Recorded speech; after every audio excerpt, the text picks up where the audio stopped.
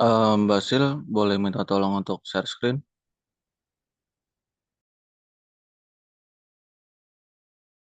Boleh kirim saja ke saya. Cek.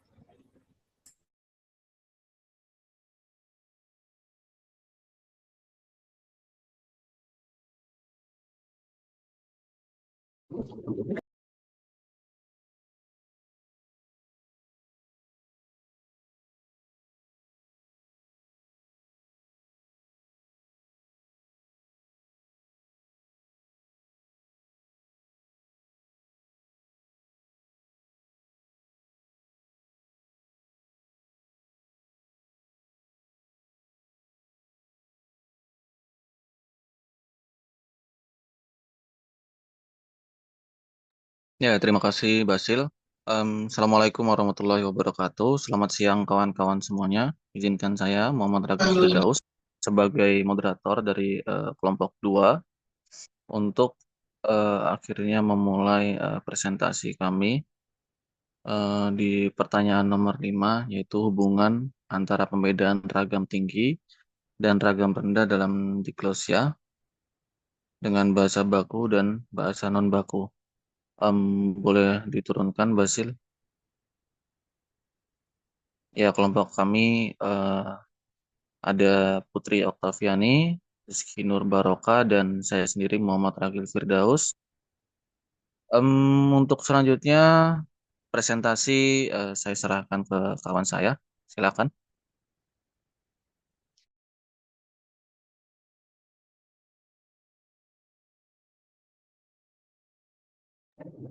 Baik, sebelumnya apakah suara saya terdengar?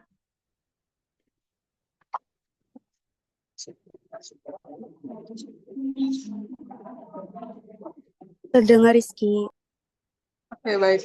Sebelumnya terima kasih kepada moderator. Di sini saya akan membahas mengenai terkait hubungan antara pembedaan ragam tinggi dan ragam rendah dalam diglosia dengan bahasa baku dan bahasa non-baku. Nah, yang pertama-tama ini, diglosia merupakan situasi kebahasaan yang ditandai dengan penggunaan dua ragam bahasa dalam suatu komunitas masyarakat, yang dimana menurut Holmes tahun 2013 ada dua fenomena dalam diglosia, yaitu diglosia dengan bilingualisme dan diglosia tanpa bilingualisme. Nah, bilingualisme dapat mengacu kepada kompetensi seseorang dalam menggunakan dua bahasa, yang dimana bilingualisme ini juga mengacu kepada situasi saat dua bahasa digunakan dalam situasi berbeda pada suatu masyarakat ataupun komunitas. Nah, selanjutnya ini dalam masyarakat bilingual terdapat ragam bahasa yang terbagi menjadi dua, yaitu ada ragam tinggi atau high fidelity dan ragam rendah yang disebut low fidelity. Nah, yang dimana ragam tinggi ini diperoleh melalui pendidikan formal, terstandar atau baku, memiliki tata bahasa, memiliki kamus, memiliki aksara, dan digunakan dalam ragam tulis. Kemudian di sisi lain juga terdapat ragam rendah yang diperoleh sebagai bahasa pertama atau bahasa ibu dari sebuah daerahnya masing-masing, kemudian juga memiliki ciri tidak baku, tidak terstandar, cenderung tidak memiliki aksara, dan digunakan dalam ragam lisan ataupun percakapan sehari-hari. Boleh di-scroll ke bawah, besok.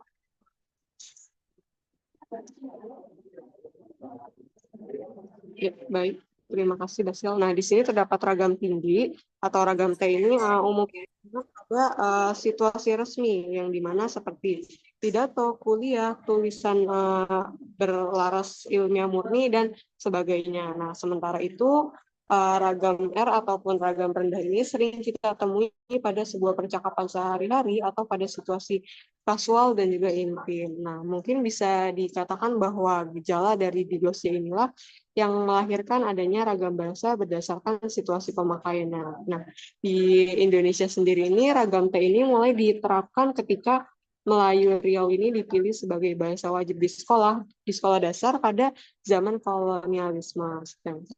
Kemudian bahasa Melayu Riau ini atau sering juga disebut bahasa Melayu tinggi menurut Mulyono dan kawan-kawan ini berfokus pada sebuah bahasa tulis yang dimana penggunaan ragam T ini dalam bahasa lisan konon tidak begitu biasa, sementara itu ragam R ini dianggap lebih nyaman untuk digunakan secara lisan di luar skalanya. Baik, untuk selanjutnya akan dilanjutkan oleh rekan saya Putri Oktaviani.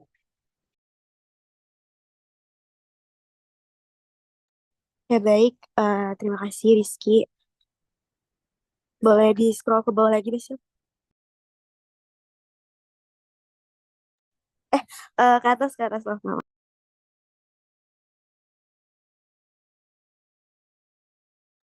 Iya, di sini kan ada ragam tinggi dalam Jagosia. Itu eh, mungkin simbolnya ragam T ya. Nah, ini merujuk pada varian bahasa yang digunakan dalam konteks formal, resmi, dan terstandarisasi.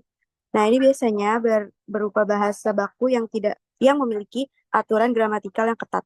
Nah, kosakata yang lebih formal digunakan dalam situasi seperti pendidikan, media massa, pemerintahan, atau upacara resmi. Nah, kemudian untuk bahasa baku ini biasanya berfungsi sebagai alat komunikasi yang lebih terstruktur dan memiliki standar yang diakui secara luas. Boleh.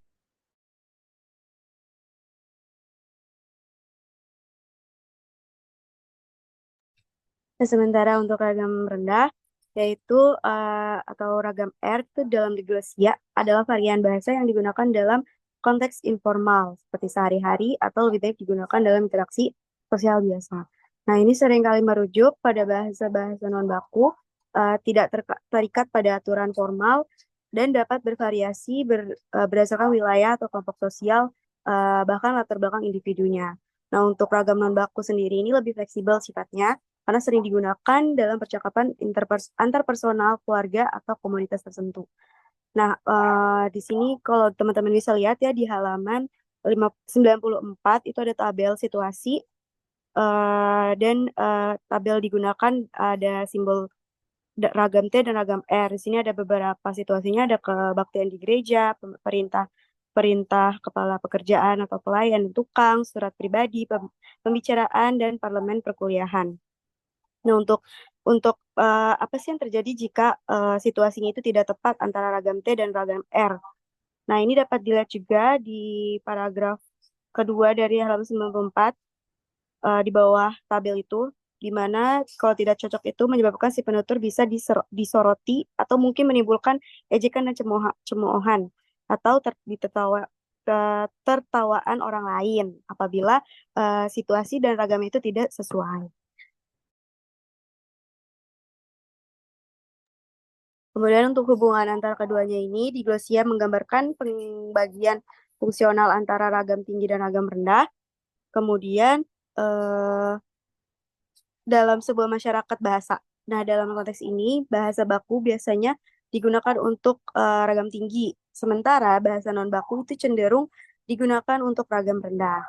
Nah, penggunaan bahasa baku itu atau ragam T itu merujuk standar formalitas seperti yang dijelaskan di atas tadi. Nah, dan keabsahan dalam komunikasi yang sering dipandang lebih prestisius. Nah, sebaliknya, kalau bahasa non baku atau R, ragam R itu lebih bersifat eh, akrab atau fleksibel atau seringkali lebih dekat dengan identitas lokal atau kelompok tertentu. Nah, untuk perbedaan ini tidak hanya mencerminkan aspek formalitasnya saja, dan struktur bahasa saja, tetapi juga mencerminkan status sosial juga identitas budayanya dalam bermasyarakat. Nah, masyarakat yang mengalami diglosia ini biasanya memiliki norma-norma sosial yang mengatur kapan dan di manakah bahasa baku dan non baku itu dapat digunakan secara seharusnya atau semestinya. Kemudian saya akan kembalikan ke moderator. Terima kasih. Baik, saya akan coba berikan contoh dari ragam tinggi atau baku dalam bahasa Indonesia. Ini kondisi kelas. Selamat pagi anak-anak. Hari ini kita akan mempelajari bilingualisme dan diglosia. Silakan buka bab 6 di buku sosiolinguistik kalian. Eh, Mungkin akan sulit bagi kita untuk melihat ragam rendah digunakan dalam kondisi kelas atau kondisi formal. Seperti tadi yang coba dijelaskan, penggunaan dialekti atau R yang tidak cocok akan menyebabkan si penutur disoroti, mungkin menimbulkan ejekan, cemoohan, atau tertawaan. Katakanlah menggunakan bahasa lu gua pagi apa ya, pagi kawan.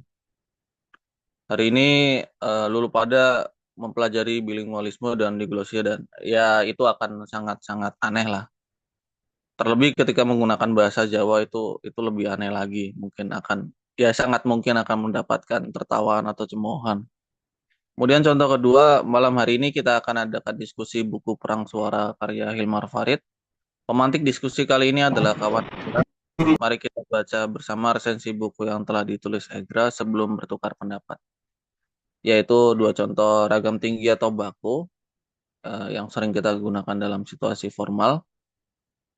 Ragam rendah atau non baku dalam bahasa Indonesia adanya bentuk-bentuk tambahan macam lu, gua, ntar, semacam itu, atau bahasa-bahasa daerah.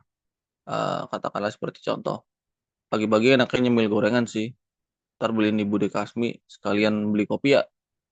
Atau contoh kedua, lu lagi diskusi jangan main HP mulu, kasih argumen apa gitu tentang wacana pasca 1926.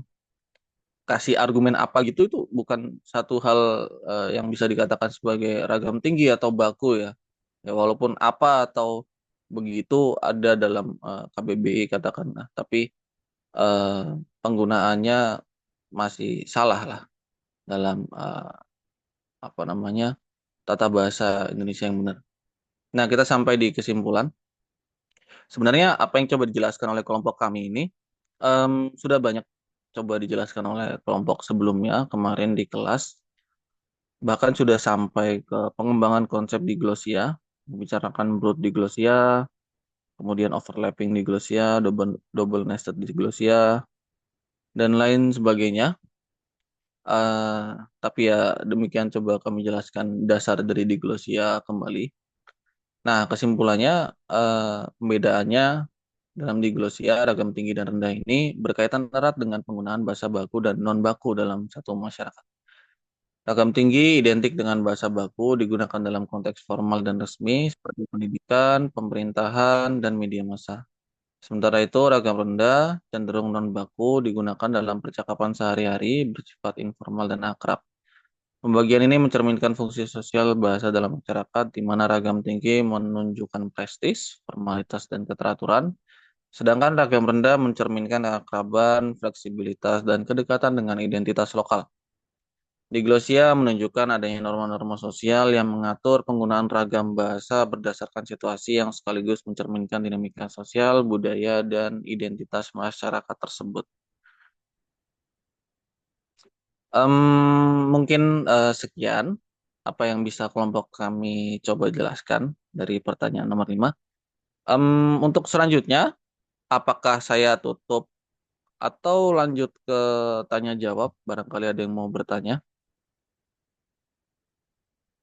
Bagaimana PJ atau lanjut ke kelompok lain?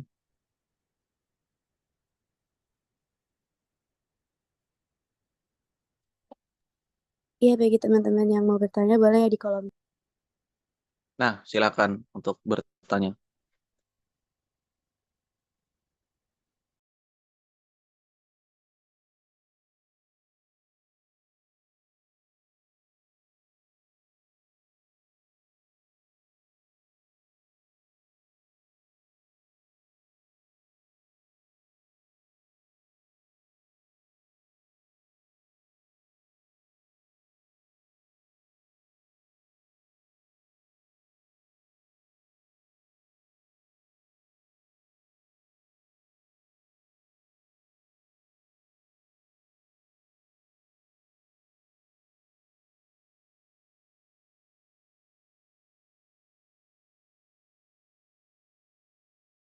Ya, ini ada Tamara bertanya, mengapa penggunaan bahasa non baku sering lebih fleksibel dibandingkan bahasa baku?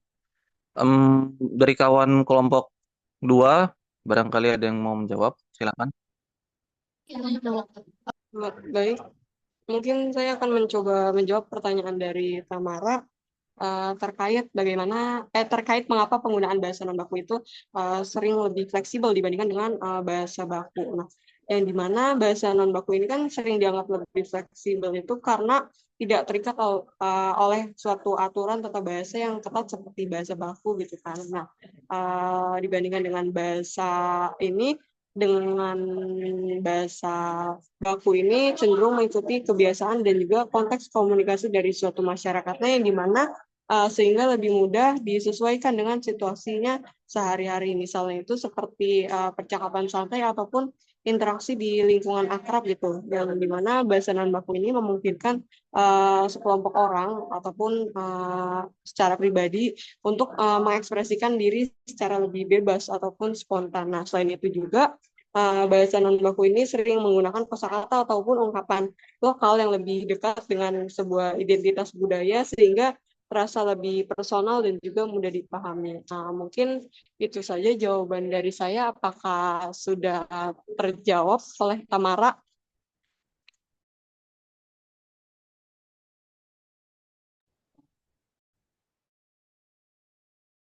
Iya, sudah terjawab, Rizky. Terima kasih. Baik, terima kasih kembali. Selanjutnya saya kembalikan ke moderator. Terima kasih untuk pertanyaan dari Zakia. Dalam konteks media sosial, bagaimana peran diglossia mempengaruhi pilihan bahasa antara baku dan non baku? Silakan untuk dijawab. Iya, baik. Saya jawab pertanyaan dari Zakia.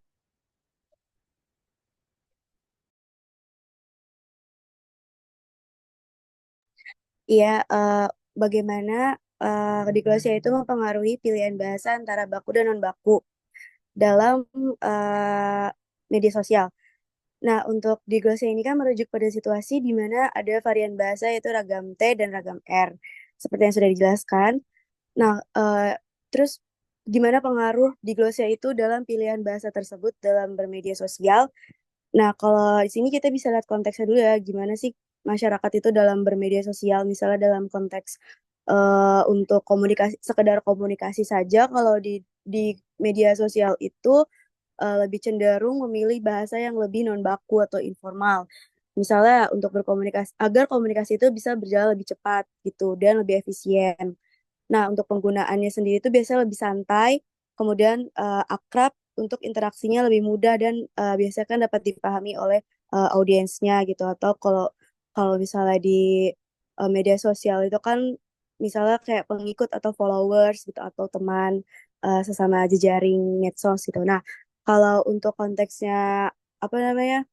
eh sekadar nge-share juga atau sebagai sebagai apa kita tuh mau nge-share sesuatu gitu untuk audiens biar audiens lihat gitu. Kalau di platform sosmed itu misalnya dalam Twitter atau Instagram itu biasanya lebih non baku juga, lebih akrab, tapi ini bisa jadi formal juga sih. Ini tergantung pilihan dari apa namanya masing-masing individunya juga gitu. Bisa misalnya dalam berbagi opini pribadi itu kan biasanya dalam berdiskusi itu santai bahasanya. Nah, kalau sebaiknya kalau di media sosial seperti link gitu, kayak yang link IDN itu kan biasanya lebih formal ya, yang buat sesama pencari kerja atau isinya orang-orang yang berkarir gitu di dalam media sosial tersebut gitu. Itu biasanya lebih baku, biasanya lebih untuk komunikasi yang konteksnya profesional. Nah, kalau untuk cuman kayak estetika atau kita ingin berbagi pengalaman yang indah atau yang menurut kita keren gitu, kayaknya ini momennya berkesan banget gitu, terus kita share gitu atau kita bagikan di media sosial itu biasanya campuran ya bahasanya gitu, diglosianya gitu campuran antara ragam T dan ragam R gitu untuk ya kalau untuk konteks estetika kan pasti untuk menarik menarik lebih lucu, untuk ya sekedar konten lah gitu, konten lebih lucu, lebih relatable kalau zaman sekarang gitu. Mungkin itu aja sih Zeki ya.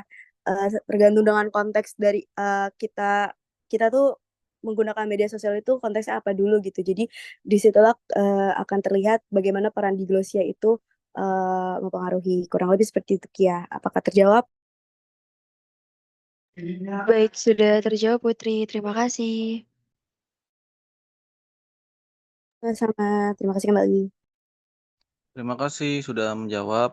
Saya akan coba untuk menjawab pertanyaan dari Basil. Dampak dari pengajaran bahasa yang tidak memperhatikan perbedaan antara ragam tinggi dan rendah terhadap kemampuan berbahasa siswa. Dampak pengajaran ketika akhirnya kita tidak mengindahkan ragam tinggi, penggunaan ragam tinggi dan rendah dalam pengajaran, bahasa terlebih, ya kita seringkali justru akan menemukan miskonsepsi karena dalam diglosia sendiri kita melihat eh, ada juga bukan hanya perbedaan ragam antara bahasa Indonesia yang baku, kemudian bahasa Indonesia lokal, ada tambahan lu, gua, kemudian dialek-dialek lokal dan lain sebagainya. Tapi ada juga bentuk diglosia ragam tinggi dan rendah yang ragam rendahnya itu bahasa daerah gitu. Ya pada akhirnya tetap kita harus mengindahkan perbedaan antara ragam tinggi dan rendah. Ya agar akhirnya tidak ada miskonsepsi terhadap kemampuan berbahasa siswa. Tapi ketika akhirnya pertanyaannya adalah eh, apa sih dampak ketika akhirnya kita menggunakan ragam rendah katakanlah dalam pengajaran gitu titik. Ya bentuknya adalah ada hubungan yang lebih akrab dengan siswa dan lain sebagainya. Tapi itu juga akhirnya berisiko untuk akhirnya eh, ya nantinya siswa akan berlaku kurang ajar, katakanlah tidak mengerjakan tugas dan lain sebagainya. Jadi harus ada katakanlah ingin lebih dekat dengan siswa ya, ya harus ada keseimbangan antara katakanlah penggunaan bentuk ragam tinggi dan rendah. Kurang lebih demikian karena ya ragam tinggi dan rendah punya selain punya bentuk apa namanya pemerolehan yang berbeda, kemudian konsep-konsep yang berbeda antara keduanya. Ragam tinggi dan rendah juga menyangkut mengenai prestis gitu. Fenomena yang kemarin diceritakan oleh Prof. Lili itu cukup menarik ketika akhirnya ada orang tua dari sekolah Mandarin tidak menginginkan adanya pengajaran bahasa Indonesia di sekolah sebab dianggap sebagai ragam rendah, katakanlah demikian. Ya, itu satu hal yang patut apa namanya dipertanyakan atau didiskusikan kembali mengenai diglosia, fenomena diglosia yang ada di sekolah tersebut. Itu sih satu hal, tapi ya kurang lebih tetap harus diindahkan lah perbedaan keduanya. Kurang lebih demikian. eh, Kalau ada kekurangan mungkin nanti bisa kita diskusikan di lain waktu karena kelompok dua sudah mengambil waktu cukup banyak. eh Terima kasih semuanya, kawan-kawan. Saya Muhammad Ragil Firdaus. Izinkan saya menutup presentasi dari kelompok dua. Assalamualaikum warahmatullahi wabarakatuh.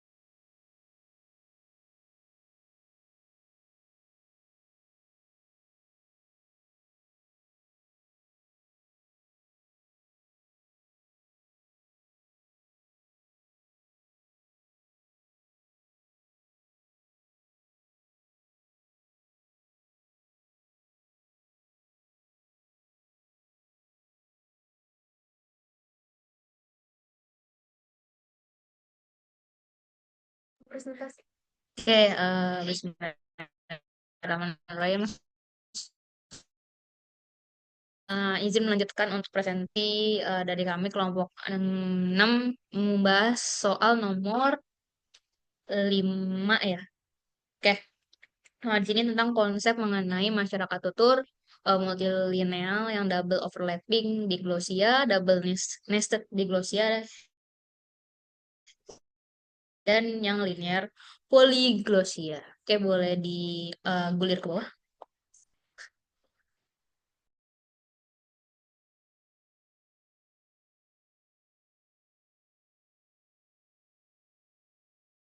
Boleh minta tolong digulir?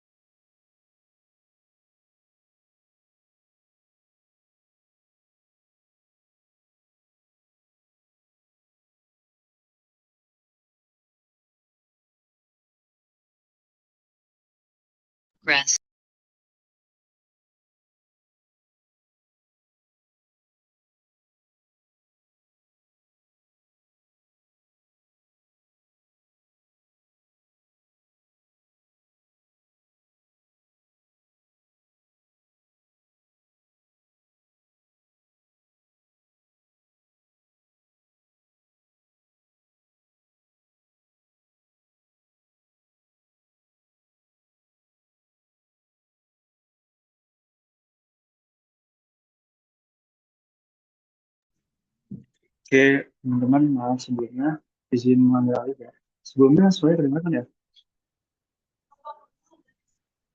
Baik, untuk selanjutnya kami dari kelompok 3 yang beranggotakan Lili Wahyu Agustin, saya sendiri Muhammad Dafar Sianto beserta Tamara Aulia Restuan. Boleh ke bawah, Basil? Ya, baik. Di sini kita membahas soal nomor 5 untuk konsep double overlapping di ya, akan dijelaskan oleh Lili. Kepada Lili dipersilahkan.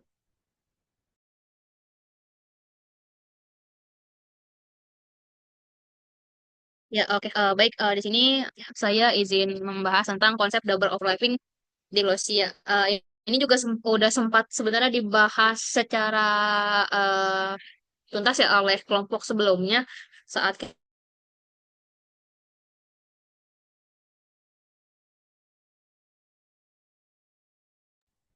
udah, udah.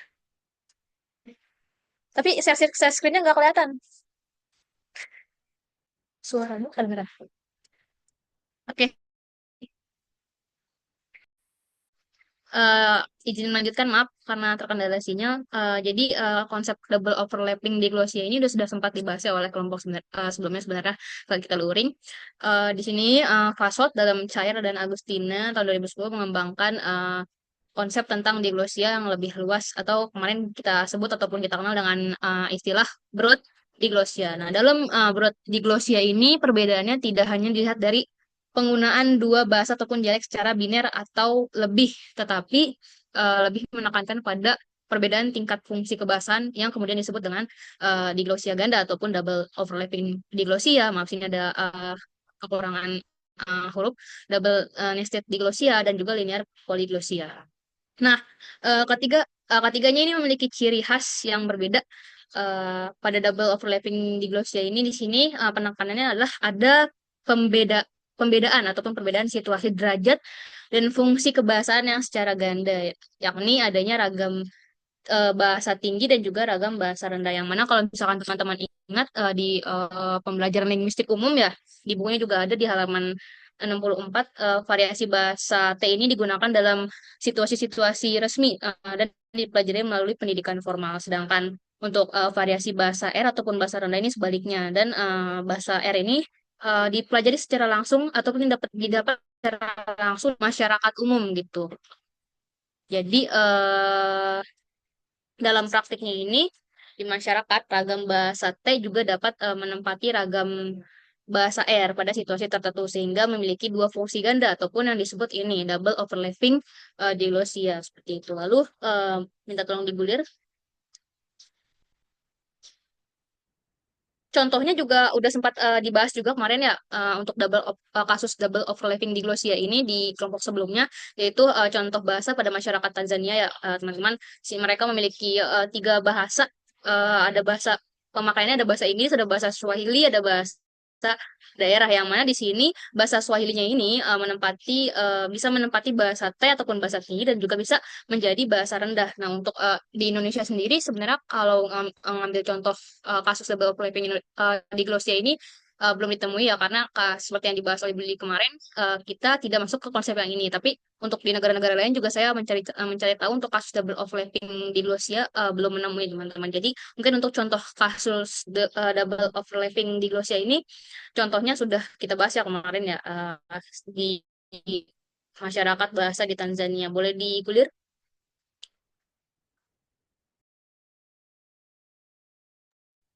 Nah, realisasi tutur dalam masyarakat Tanzania ini yang multilingual berdiglosia ganda adalah sebagai berikut, yaitu bahasa daerah dipelajari di rumah sebagai bahasa ibu dan digunakan dalam komunikasi antar keluarga atau antar penutur yang berbahasa ibunya berbahasa ibu sama, ataupun tadi bisa kita katakan dia bisa menjadi bahasa R gitu seperti itu. Nah, yang dipelajari langsung di lingkungan masyarakat ataupun di lingkungan keluarga. Lalu untuk bahasa Swahili ini dipelajari di sekolah dasar dan digunakan sebagai bahasa pengantar belajar mengajar serta sebagai alat komunikasi antar teman sekolah yang tidak berbahasa ibu sama.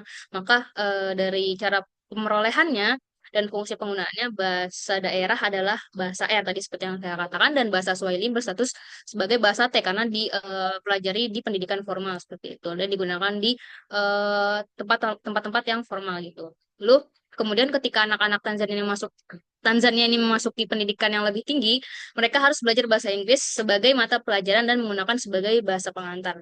Nah, oleh karena itu, bahasa Inggris ini menjadi persyaratan teman-teman untuk keberhasilan dan juga harus digunakan dalam saat situasi mereka berkomunikasi gitu, berkomunikasi formal.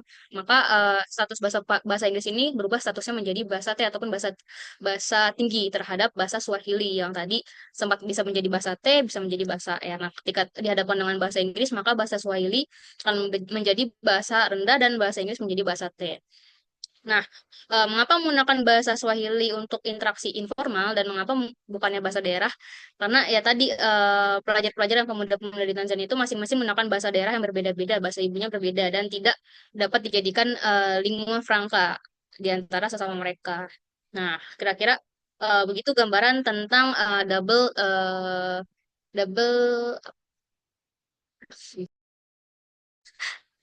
overlapping di glossia. Seperti itu teman-teman untuk gambaran yang sudah sempat dijelaskan juga. Mungkin saya mempertegas aja untuk contoh kasusnya. Oke, untuk konsep double nexus di glossia akan dilanjutkan oleh rekan saya. Silakan. Iya, baik. Terima kasih, Lili. Saya Tamara Auliarsulan akan melanjutkan mengenai konsep double nest diglossia. Double nest diglossia itu sendiri adalah suatu kondisi dalam masyarakat multibahasa di mana terdapat dua bahasa dengan fungsi yang berbeda. Di mana satu bahasa dianggap sebagai T atau ragam tinggi dan yang lain sebagai R atau ragam rendah. Namun, masing-masing bahasa ini juga memiliki variasi tersendiri gitu, yang juga terbagi menjadi ragam tinggi dan juga ragam rendah. Dengan kata lain, kedua bahasa utama tersebut memiliki struktur hierarki internal berupa subragam, tinggi, dan juga rendah.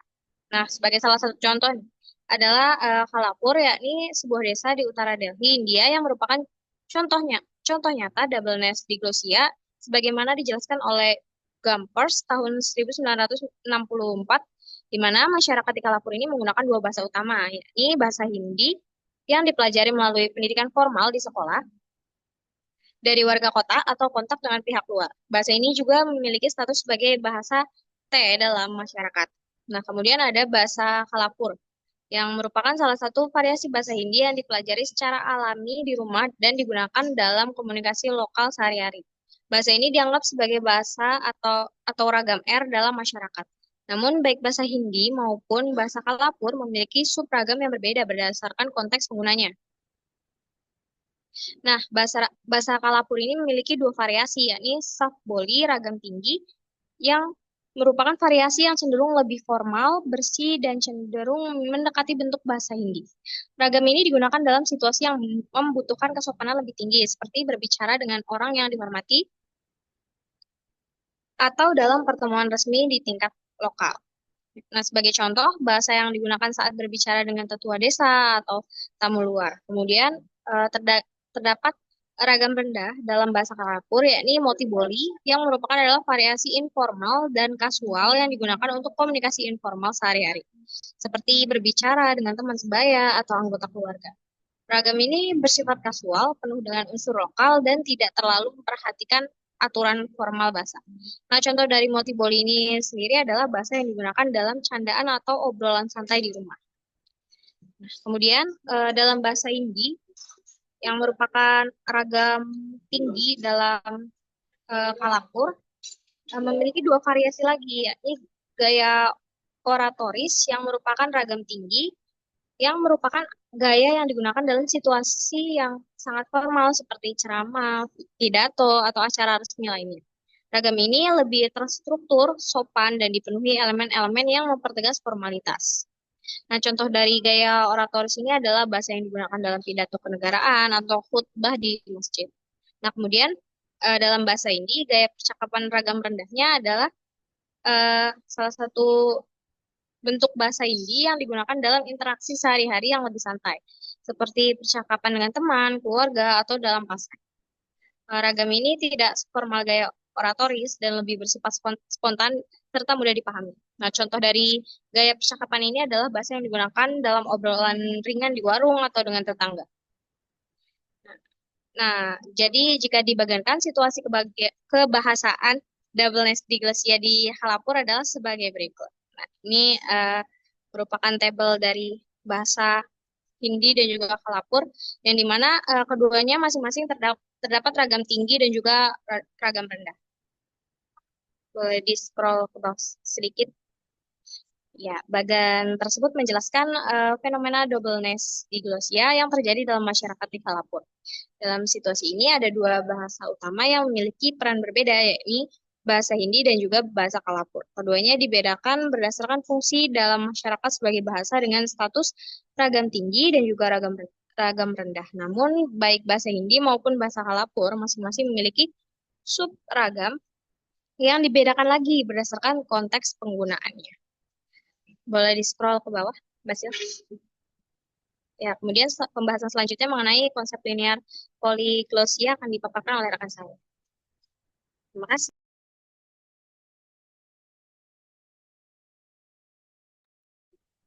Baik, terima kasih Tamara. Selanjutnya saya akan menjelaskan mengenai konsep linear poliglosia. Nah, itu saya ingin menjelaskan sedikit mengenai konsep linear poliglosia, yang dimana linear poliglosia ini diterangkan oleh Pintot di tahun 1977 dalam studinya mengacu pada penggunaan beberapa bahasa atau variasi bahasa dalam komunitas multibahasa secara teratur, hierarkis, dan linear berdasarkan fungsi atau domain tertentu.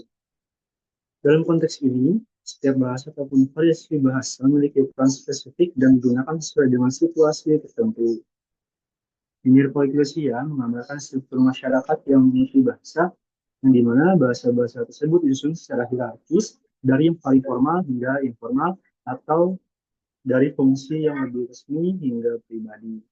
Nah, bahasa-bahasa ini tidak bercampur dari satu situasi komunikasi, melainkan digunakan secara bergantian sesuai kebutuhan komunikasi yang berbeda. Nah, di sini saya mengambil contoh beragam bahasa di Malaysia dan Singapura, bahwasanya kamu terpelajar di kedua tempat itu terpelajar pada beberapa bahasa sekaligus.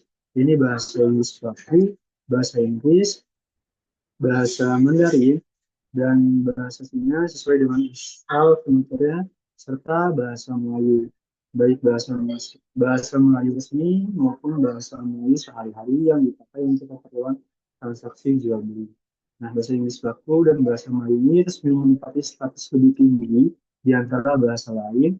Demikian juga bahasa Mandarin, meskipun bahasa ini jarang dipakai untuk keperluan komunikasi, selanjutnya disusul oleh bahasa Melayu resmi dan pasal mengungkapkan bahwasanya situasi di kurs ini digambarkan sebagai berikut.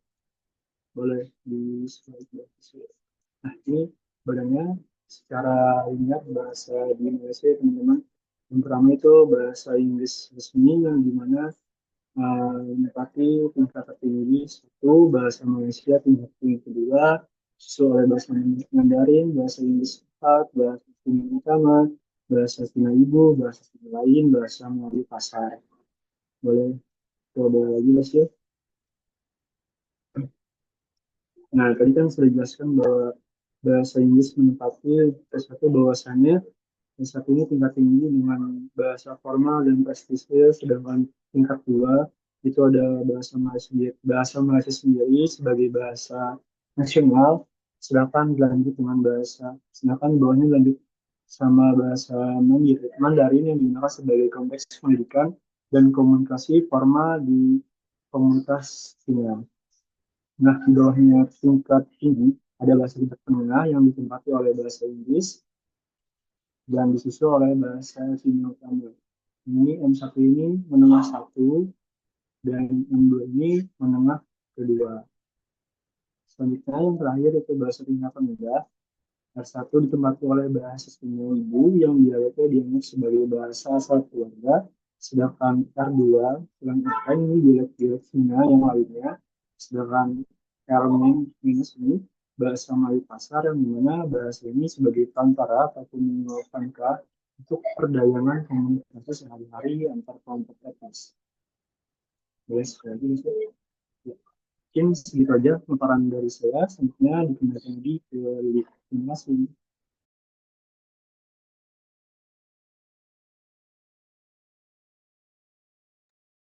Ya, oke. Baik. Selanjutnya mungkin akan ada sesi tanya jawab kepada teman-teman yang ingin bertanya terkait konsep mengenai masyarakat struktur multilineal yang double overlapping diglosia, double necessary diglosia, dan yang linear polyglosia, dipersilakan. Boleh langsung di kolom pesan ataupun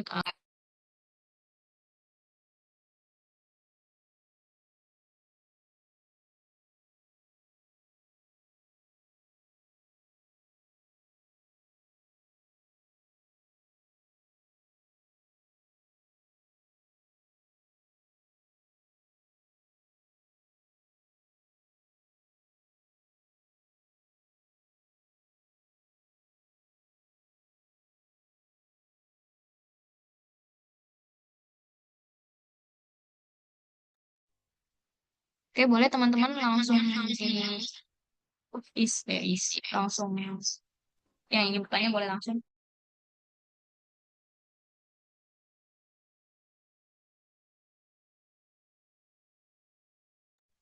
Oke, di sini ada di kolom pesan ada pertanyaan dari Basil di kelompok 7. Apa dampak dari adanya overlapping dalam penggunaan bahasa terhadap pembelajaran bahasa kedua dan ketiga di kalangan masyarakat multilinear? Oke, mungkin ditampung dulu ya Basil ya pertanyaannya untuk didiskusikan. Boleh selanjutnya teman-teman yang ingin bertanya silakan.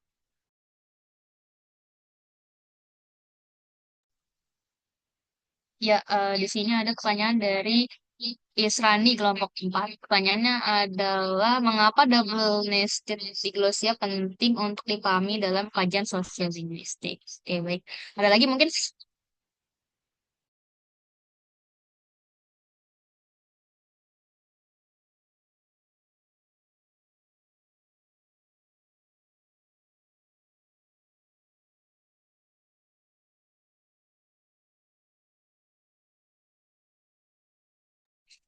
Lalu, oke, teman-teman, jika ada yang ingin bertanya, boleh mungkin satu lagi.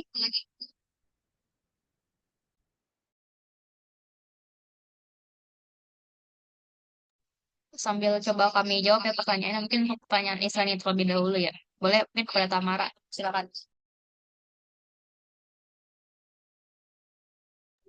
Ya, baik. Terima kasih, Lili.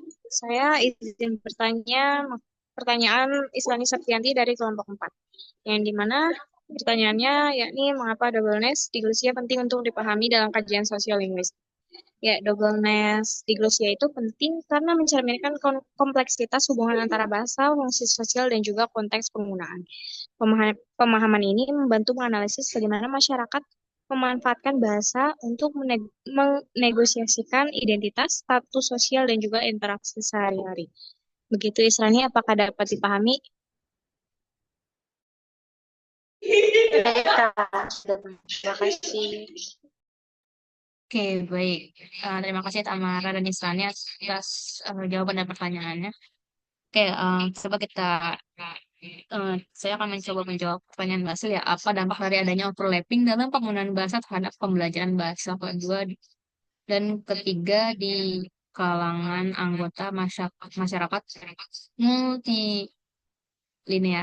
Oke, dampak dari overlapping ya. Kalau overlapping seperti yang tadi kita bahas ya, ada eh, dua status ataupun dua fungsi dari sebuah bahasa. Nah, dampaknya apa sih dalam dalam penggunaan bahasa? Ya mungkin dalam penggunaan bahasa di sebuah negara ya ataupun dalam suatu masyarakat, adanya overlapping ini pertama adalah eh, terjadi seperti kasus yang ada di, saya sempat baca di Britania Raya, kasus karena adanya kasus overlapping dalam penggunaan bahasa mereka. Seperti yang kita tahu ya, di Britania Raya itu ada bahasa Inggris, terus ada bahasa-bahasa dialek-dialek yang ada Wales, ada Iris, ada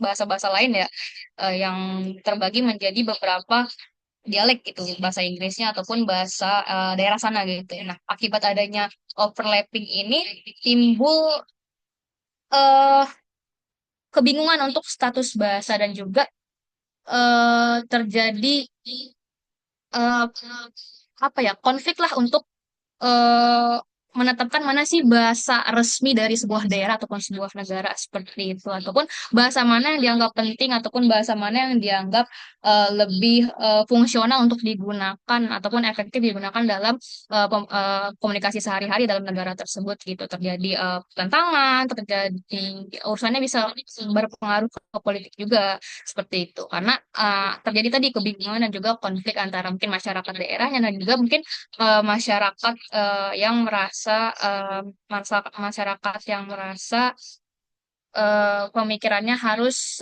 lebih maju gitu. Misalkan konfliknya antara kaum daerahnya dengan kaum-kaum yang lebih muda gitu. Terjadi konflik ataupun perseteruan terhadap status bahasa tersebut, mana yang lebih penting ataupun mana yang lebih baik digunakan dalam negara tersebut gitu.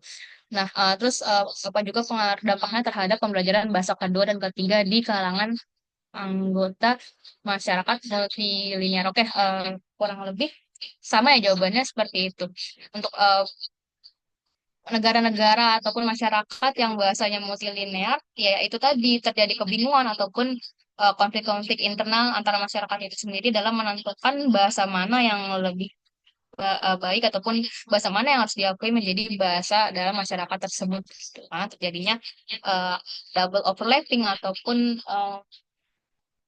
adanya situasi dan fungsi ganda dalam sebuah bahasa. Seperti itu untuk pertanyaan Basil. Apakah sudah terjawab, Basil? Ya, sudah terjawab, Lili. Terima kasih atas jawabannya. Oke, baik. Terima kasih. Basil, di sini ada satu pertanyaan lagi dari Sania, kelompok satu. Bagaimana masyarakat multilineal yang double overlapping mempengaruhi pembentukan identitas sosial individu dalam komunitas tersebut?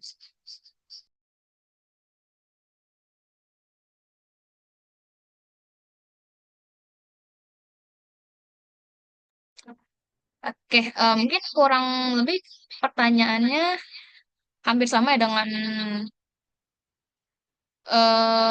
pertanyaan Basil, cuman bedanya di sini adalah bagaimana masyarakat multilineal yang double overlapping memengaruhi pembentukan identitas sosial individu dalam komunitas.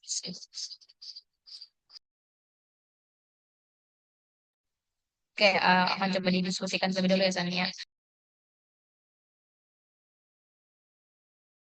Baik deh.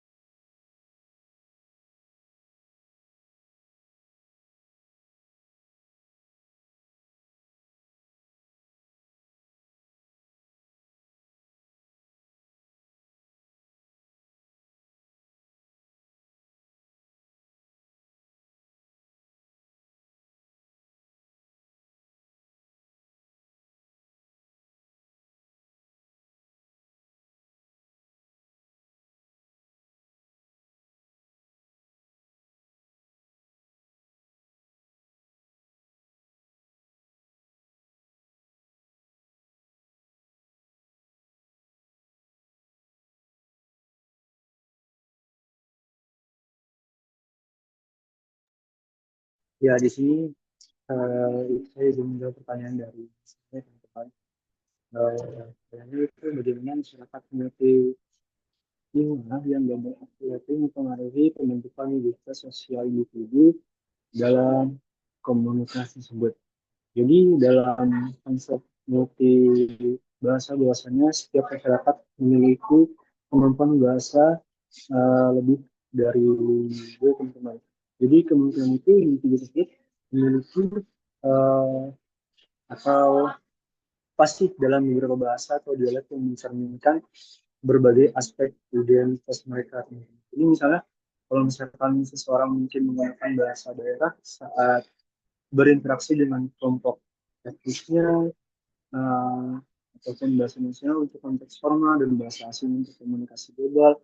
Nah, pilihan bahasa ini dapat menunjukkan bagaimana individu ini memerankan identitas yang berbeda tergantung pada audiensnya. Jadi kalau misalkan kita lagi rapat formal seperti itu, maka uh, individu ini memerankan identitas sosialnya dalam keadaan tersebut.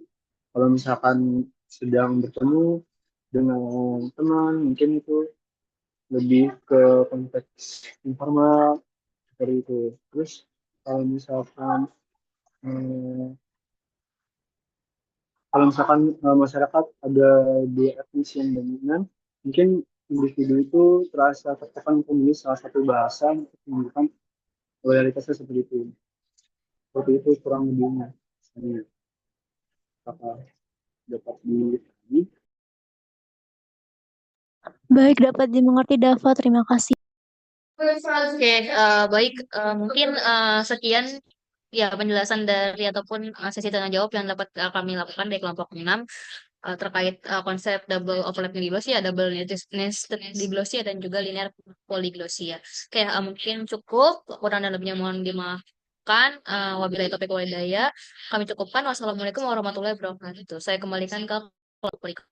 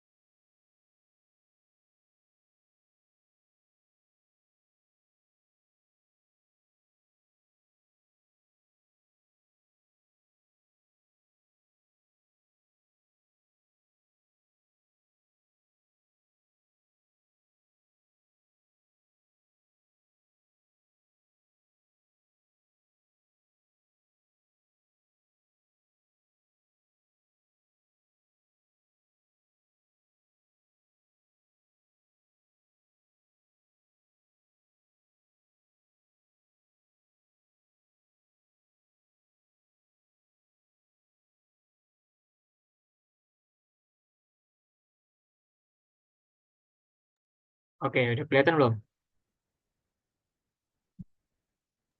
Udah, Mir. Oke, baik. Bismillahirrahmanirrahim. Assalamualaikum warahmatullahi wabarakatuh.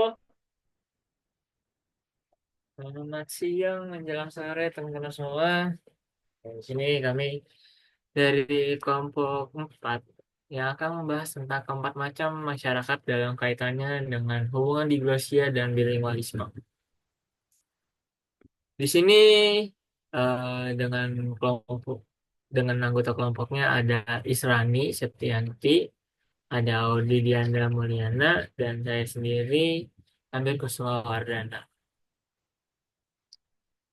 Oke, sebagai awalan kita akan membahas tentang diglosia dan bilingualisme. Sebenarnya diglosia dan bilingualisme sudah dibahas ya teman-teman dan sama kelompok sebelumnya. Mungkin akan dibahas sama saya sedikit saja. Di Glosia atau yang diartikan sebagai adanya perbedaan fungsi atas penggunaan bahasa yang bisa diartikan yaitu variasi rendah dan variasi tinggi. Biasa disebut fungsi T atau fungsi R. Nah, menurut Ferguson, di Glosia memiliki variasi fungsi T dan variasi fungsi T disebut variasi dialek tinggi yang biasanya digunakan dalam situasi resmi atau formal, sedangkan variasi fungsi R atau dialek rendah hanya digunakan pada situasi informal. Ya, kalau yang dijelaskan di sebelumnya, kalau fungsi T atau dialek tinggi biasanya digunakan rapat-rapat dan seperti saat ini kita di kelas, kita nggak mungkin saat di kelas berbicara dengan dosen, berbicara dengan teman-teman menggunakan dialek rendah, teman-teman. Karena pasti kita menggunakan dialek tinggi yang di mana harus sopan, harus formal, dan lain-lainnya. Kecuali kalau kita sedang berbicara santai, lagi kumpul sama teman, misalnya di kantin, kafe, baru menggunakan dialek rendah. Terus di sini ada bilingualisme. Menurut Fishman, bilingualisme adalah keadaan penggunaan dua bahasa bergantian dalam masyarakat. Bromfield mendefinisikan bilingualisme adalah kondisi di mana seorang memiliki kemampuan menggunakan bahasa asing secara sempurna tanpa resiko kehilangan bahasa pertamanya. Jadi bilingualisme itu kalau dalam bahasa Indonesia itu kedewibahasaan atau misalnya bahasa bahasa yang dikuasai setelah bahasa ibu atau bahasa pertama dari seseorang. Nah, tapi tanpa menghilangkan bahasa pertama atau bahasa ibunya, seseorang itu dapat menguasai bahasa keduanya, bahasa asing. Nah, di sini ada hubungan diglosia dan bilingualisme, teman-teman. Menurut Fishman, pada tahun 1977, mengabarkan hubungan antara diglosia dan bilingualisme dalam masyarakat. Di sini ada tabelnya. Jadi, ada 4 macam masyarakat yang ada, yaitu ada masyarakat bilingualisme dan diglosia. Jadi masyarakatnya punya dua bahasa, kemampuan dua bahasa dari bahasa ibu dan bahasa keduanya, tetapi dia juga punya tingkatan dalam berdialek, dialek tinggi dan rendahnya. Lalu yang kedua, bilingualisme tanpa diglosia, teman-teman. Nah, bilingualisme tanpa diglosia ini artinya masyarakat yang memiliki dua atau lebih bahasa saling berkomunikasi tapi tanpa adanya dialek tinggi dan dialek rendah. Nah, yang ketiga itu adanya diglosia tanpa bilingualisme. Artinya ada hubungan antara dialek tinggi dan dialek rendah, tapi masyarakatnya tidak bilingualisme, hanya menguasai satu bahasa. Nah, yang terakhir ada tidak diglosia dan tidak bilingualisme. Artinya tidak ada tingkatan dialek rendah atau tinggi dan masyarakatnya tuh tidak bilingualisme. Itu, teman-teman. Oke, selanjutnya mungkin akan dijelaskan oleh Audi. Kepada Audi disilakan.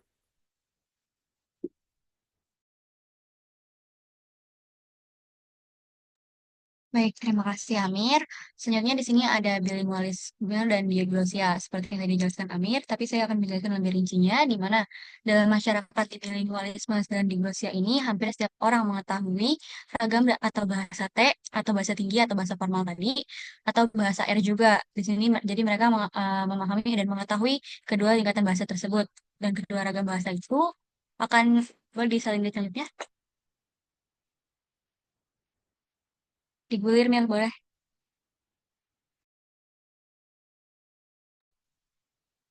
Nah, dua ragam bahasa itu akan digunakan sesuai fungsinya masing-masing dan tidak dapat dipertukarkan. Contohnya, masyarakat tutur bilingualisme dan dislogisis adalah penutur bahasa Ngaju, di mana di Kecamatan Katingan Tengah, Kabupaten Katingan, Kalteng, Kalimantan Tenggara. Nah, Di sini dalam ranah agama contohnya, seperti khotbah di masjid yang lebih dominan menggunakan bahasa Indonesia sebagai bahasa tinggi atau bahasa formalnya, sedangkan sastra masyarakat atau bahasa masyarakatnya lebih dominan menggunakan bahasa ngaju, yaitu bahasa rendahnya.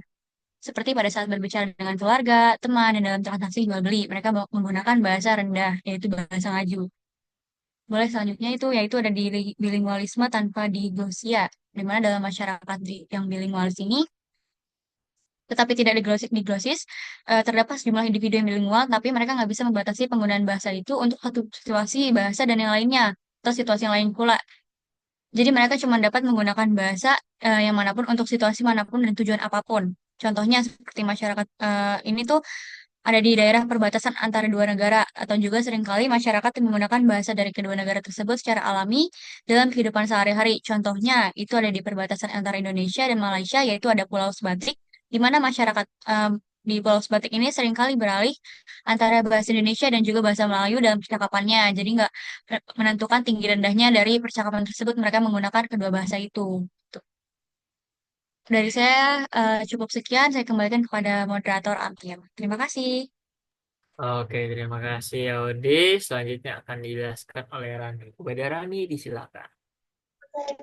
Baik, sebelumnya terima kasih Audi dan moderator. Di sini saya akan menjelaskan poin ketiga, yaitu diklosia tanpa bilingualisme. Di mana di dalam masyarakat diklosia tanpa bilingualisme ini ada dua kelompok penutur. Yang kelompok pertama biasanya lebih kecil dan biasa disebut dengan kelompok rolling group yang hanya bicara dalam bahasa T. Nah, sedangkan kelompok kedua itu biasanya lebih besar, nah tidak memiliki kekuasaan dalam suatu masyarakat. Mereka hanya berbicara sebaliknya dari kelompok kecil tadi. Mereka menggunakan bahasa R. Dan di dalam tipe ini terdapat dua kelompok penutur, yaitu kelompok yang biasanya lebih kecil atau disebut dengan rolling group, itu hanya berbahasa dengan dialek yang tinggi. Dan kelompok yang tidak memiliki kekuasaan dalam masyarakat hanya berbicara dialek yang rendah. Nah, masyarakat bahasa tersebut juga menggunakan dua bahasa atau lebih, tetapi mereka lagi-lagi tidak menggunakan bahasa tersebut untuk berinteraksi dengan bahasa tertentu, dan mereka menggunakan pilihan bahasa bersama, sehingga mereka itu dipersatukan secara politis, religius, dan secara ekonomis. Nah, contoh dari masyarakat diglosia tanpa bilingualisme itu adalah kedudukan bahasa Jawa pada abad 8 hingga 10 Masehi, di mana secara rumit pada tataran fonologi maupun morfologi. Nah, sehingga bahasa Sanskerta juga lebih banyak dijumpai dalam teks-teks tertulis keagamaan maupun kesusastraan. Nah, bagi seorang individu yang memiliki kemampuan untuk menguasai bahasa Sanskerta, nah dianggap sebagai orang yang berpendidikan. Sebaliknya dengan bahasa Melayu kuno dan Jawa kuno, kedua bahasa Nusantara ini dipakai sebagai bahasa pergaulan umum bagi para penuturnya untuk digolongkan sebagai ragam bahasa rendah. Mungkin Amir boleh dikebawahin. Poin keempat. Nah, di poin keempat selanjutnya, tidak diglosia dan tidak bilingualisme, di mana masyarakat tidak diglosia dan tidak bilingual ini tentunya hanya satu bahasa dan tanpa variasi lainnya. Nah, sehingga keadaan daerah terpencil. Nah, contohnya masyarakat yang tidak diglosia dan tidak bilingualisme ini adalah pada masyarakat monolingual di Pulau Sumba tanpa terpengaruh atau pengguna bahasa lain seperti bahasa Indonesia. Nah, lagi-lagi juga mereka aspek kehidupan sehari-hari tanpa adanya kontak bahasa lain. Mungkin sekian dari saya kembalikan ke moderator. Terima kasih. Oke, terima kasih Rani atas penjelasannya. Mungkin itu saja penjelasan dari kelompok kami mengenai keempat macam masyarakat dalam kaitannya dengan hubungan diglosia dan bilingualisme. Mungkin jika teman-teman ada yang ingin bertanya kepada kami, disilakan.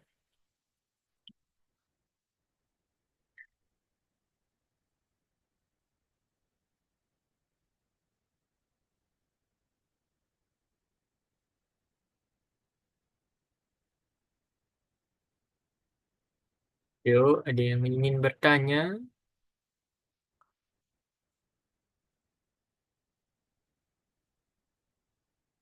Oke, di sini ada dua pertanyaan baru. Oke, baik, baik, baik. Sini dari Laili. Izin bertanya, apa contoh masyarakat diglosia tanpa bilingualisme? Dan bagaimana penggunaan bahasa dalam masyarakat tersebut? Baik, Rani. Lalu yang kedua ada Basil Basili. Bagaimana karakteristik masyarakat yang diglosia tetapi tidak kedewasaan. Eh, Berbeda dengan masyarakat kedewasaan tapi tidak diglosi. Oke, terima kasih Mas Basil. Oke, mungkin kelompok kami akan berdiskusi terlebih dahulu.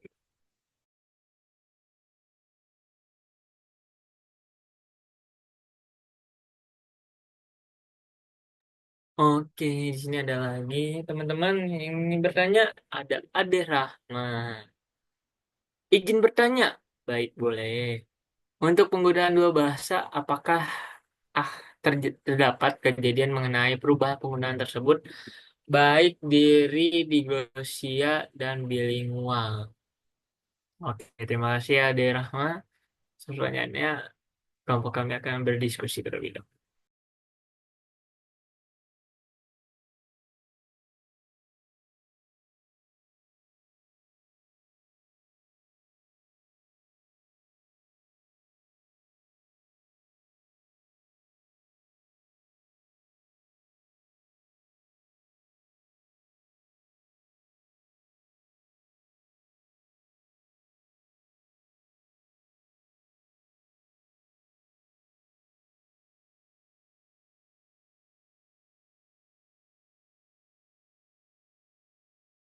Oke,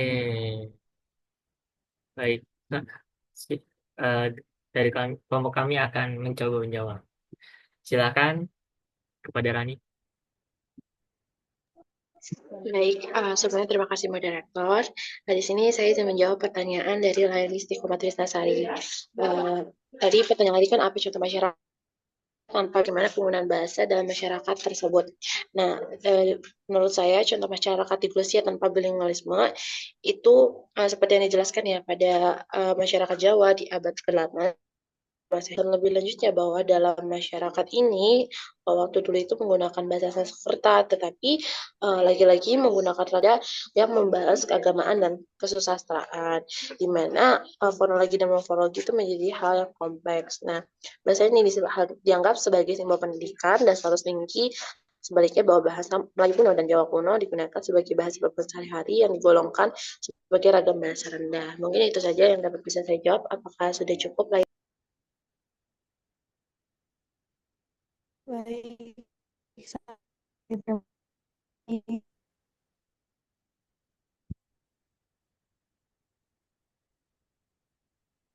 Baik, terima kasih Rani dan Laili.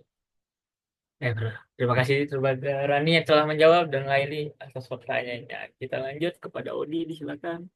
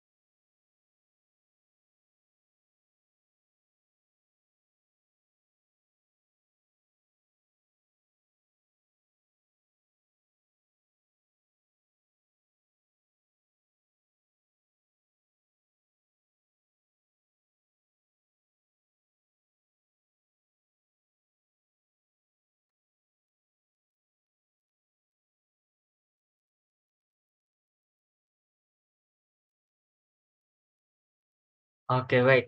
Mungkin dari saya terlebih dahulu, ternyata akan menjawab pertanyaan dari Basil Basiri. Oke, mungkin saya mencoba untuk menjawab. Oke, perbedaan karakteristik ya. Mungkin dari yang pertama dulu. Tentang masyarakat di Glesia tetapi tidak kedewasaan. Biasanya bahasa yang digunakan itu berasal dari satu bahasa induk aja nih, Basil. Di dalam masyarakat di Indonesia, bahasa tinggi dan bahasa rendah biasanya merupakan variasi dari bahasa yang sama. sehingga masyarakat tidak membutuhkan keterampilan untuk menggunakan kedewibahasaan. Nah, jadi ya sesimpel fungsional aja. Jadi setidaknya masyarakat tahu bagaimana kondisi formal dengan informal. Jadi ketika kondisi formal baru masyarakat menggunakan dialek eh, tinggi atau fungsi T. Kalau ketika masyarakat di situasi informal, masyarakat menggunakan dialek rendah atau fungsi R. Gitu. Lalu untuk masyarakat kedewasaan tapi tidak diglosit. Nah, biasanya masyarakat menggunakan dua bahasa yang berbeda. Jadi tidak ada hubungan langsung antara kedua bahasa tersebut. Jadi penggunanya lebih fleksibel aja. Eh, Bukan tentang apa ya? Bukan tentang situasi formal atau informalnya, tapi lebih ke tepatnya tergantung audiensnya. Ketika audiensnya lebih banyak, misalnya kita ambil contoh bahasa Jawa dan bahasa Sunda. Ketika audiensnya lebih banyak bahasa Sunda, tapi kita sebagai pembicara adalah orang Jawa, jangan deh terlalu sulah. Eh, Bahasa audiensnya kebanyakan orang Jawa, tapi kita sebagai guru bahasa Indonesia mencoba untuk tapi kita juga sebagai pembicara bisa menguasai bahasa Jawa, tapi dalam situasi itu kita masih jadi guru bahasa Indonesia, kita tetap ngomong pakai menggunakan bahasa Jawa. Nah, sebaliknya ketika kita audiensnya lebih banyak menguasai bahasa Indonesia, tetapi kita dalam konteksnya dibalik kita menjadi guru bahasa Jawa di satu sekolahan, kita harus menggunakan bahasanya bahasa Indonesia. Gitu, Mas Basil. Bagaimana? Cukup dimengerti? Baik, terima kasih atas pertanyaannya Wah Haji. Sudah cukup dimengerti. Oke, terima kasih Mas Basil atas pertanyaan.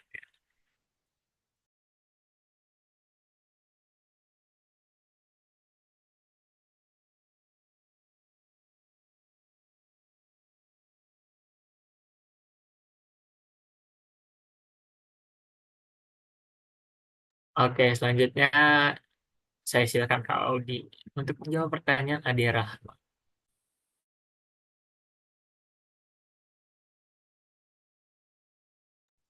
Baik, terima kasih Amir. Di sini saya Audi Dianda Mulyana akan menjawab pertanyaan dari Ade Rama Fitriani, yang mana pertanyaannya itu adalah untuk penggunaan dua bahasa, apakah terdapat kejadian mengenai perubahan penggunaan bahasa baik dari diglosia ataupun bilingual. Nah, di sini ada contohnya itu ada suatu masyarakat yang pada mulanya itu bilingual tapi dan diglosis, tetapi kemudian berubah menjadi masyarakat bilingual tapi nggak diglosis. Contohnya itu ada di eh, negara Belgia, di mana di sana ada peralihan ke bahasa Perancis dari bahasa Jerman yang berlangsung disertai dengan meluasnya bilingualisme di mana masing-masing bahasa tersebut dapat digunakan dengan berbagai tujuan. Mungkin segitu dari saya. Apakah sudah jelas, Ade Rahma? Sudah jelas, terima kasih Audi.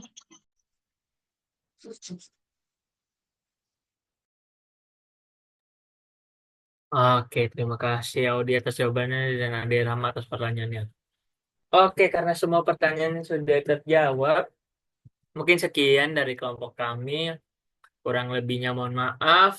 Jika ada kesalahan dimaafkan, jika tidak ada diudahkan. Terima kasih. Wassalamualaikum warahmatullahi wabarakatuh. Saya kembalikan ke kelompok selanjutnya.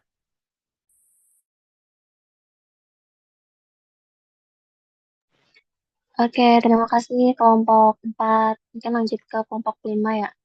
Buat cepet aja. Boleh minta tolong Saudara Basil untuk membagikan layar.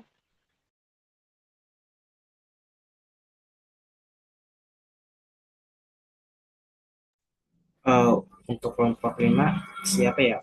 Boleh dikirim via chat pribadi. Sudah, Sil, sudah dikirim sama Ane, sama gua di WA, Sil.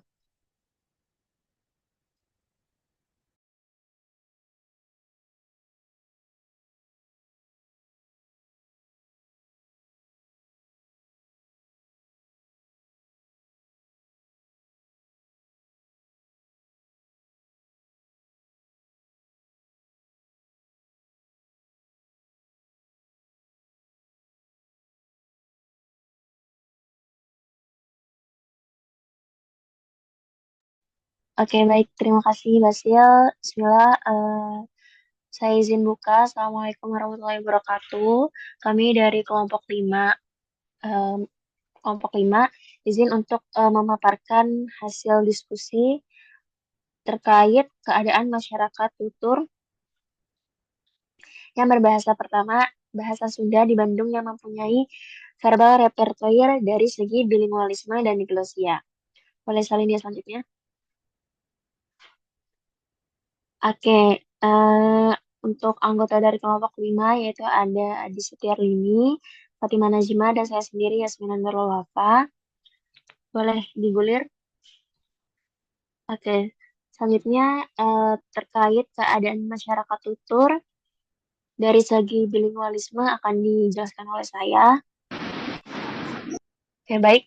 Dari keadaan masyarakat tutur di Bandung yang memiliki verbal repertoire seperti bahasa Sunda baku, bahasa Sunda biasa, bahasa Indonesia dialek Jawa Barat, dan bahasa nasional Indonesia mencerminkan dinamika bilingualisme dan multilingualisme. Nah, saya akan menjelaskan dari analisis segi bilingualisme. Nah, dari definisi bilingualisme sendiri, kemarin kan sudah dijelaskan di pertemuan sebelumnya ya, bahwa bilingualisme ini merujuk pada kemampuan individu atau komunitas untuk menggunakan dua atau lebih bahasa secara aktif atau pasif. Nah, di Bandung, masyarakat tutur ini sering sekali bersifat bilingual atau bahkan multibahasa karena adanya kebutuhan komunikasi lintas domain dan situasi sosial. Selanjutnya, eh, biasanya masyarakat Bandung ini memiliki beberapa bahasa yang digunakan, yang itu ada bahasa Sunda Baku atau bahasa Lugina atau Lugulu, yang mana bahasa ini digunakan dalam situasi formal, seperti dalam area pendidikan, ceramah agama, ataupun acara resmi adat Sunda. Nah, bahasa Sunda Baku ini dianggap memiliki eh, prestis tinggi dalam konteks budaya lokal. Boleh salin dia, boleh digulir?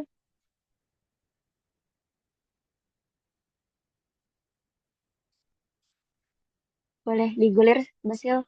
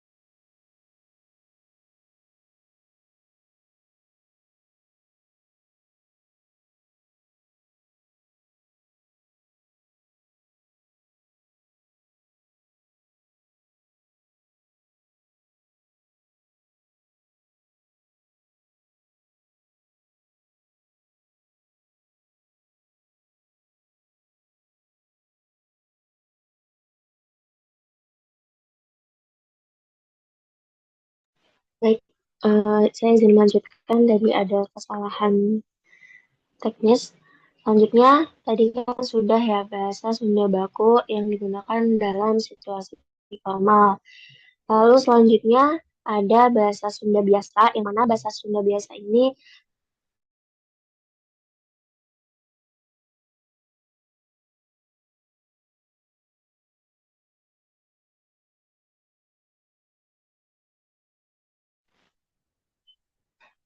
oke baik, mohon maaf, apakah suara saya sudah terdengar jelas?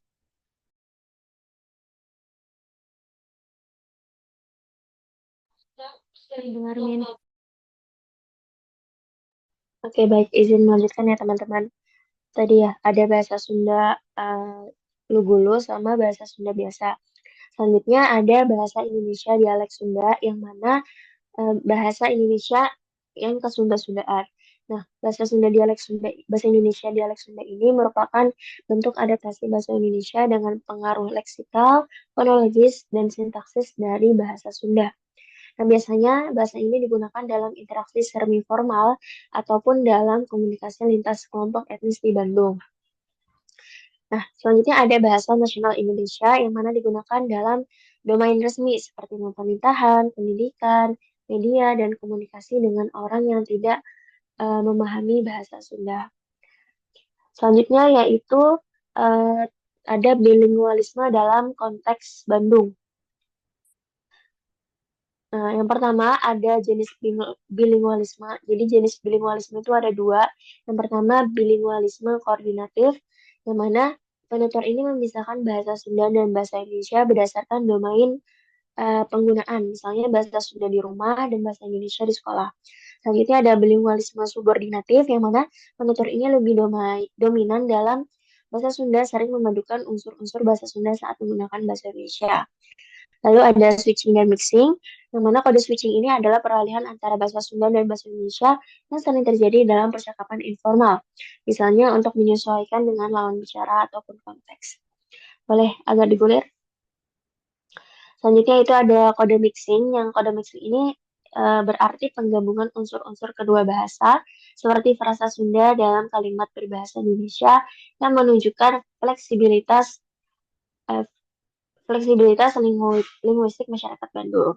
Ya, mungkin dari segi bilingualisme cukup. Selanjutnya dari segi diglosia akan dipaparkan oleh rekan saya. Dipersilahkan.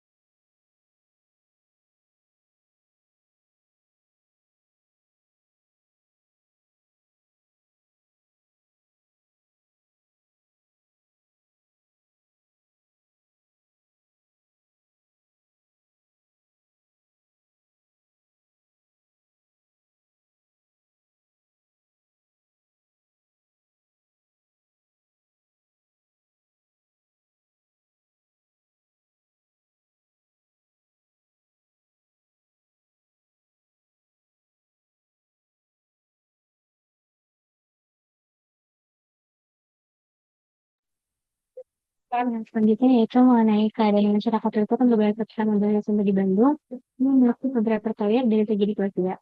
Kata dikosia ini berasal dari bahasa Prancis dikosi yang pernah digunakan oleh restoran Prancis, tetapi setelah itu menjadi terkenal dalam studi musik, hotel musik telah digunakan oleh sang sarjana dari Stanford University, yaitu C.A. Ferguson tahun 1959 dalam suatu symposium maupun organisasi dan bahasa standar dan yang diselenggarakan oleh American Anthropological Association 2020.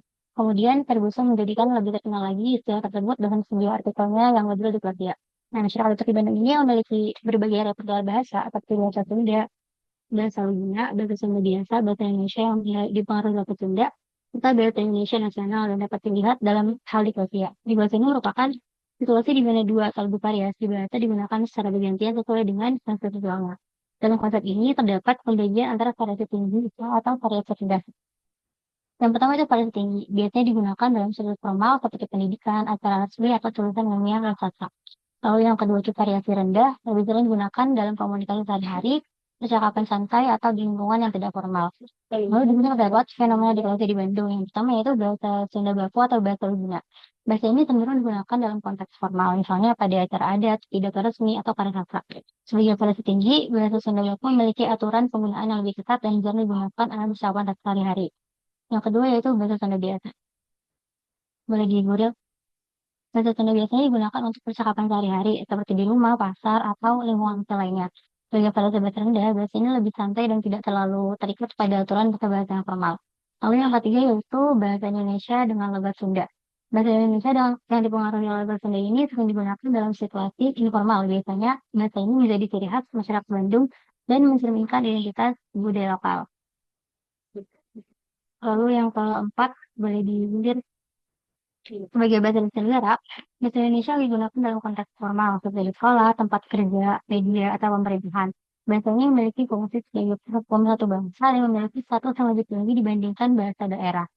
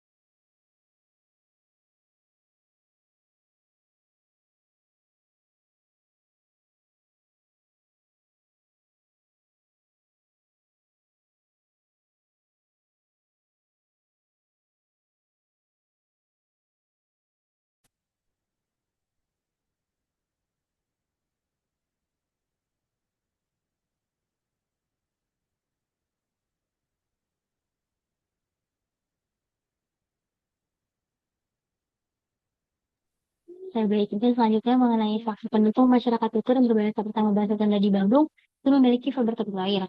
Nah, untuk faktor pendukung yang pertama yaitu pendidikan. Pendidikan ini memiliki peran besar dalam membentuk kebiasaan berbahasa.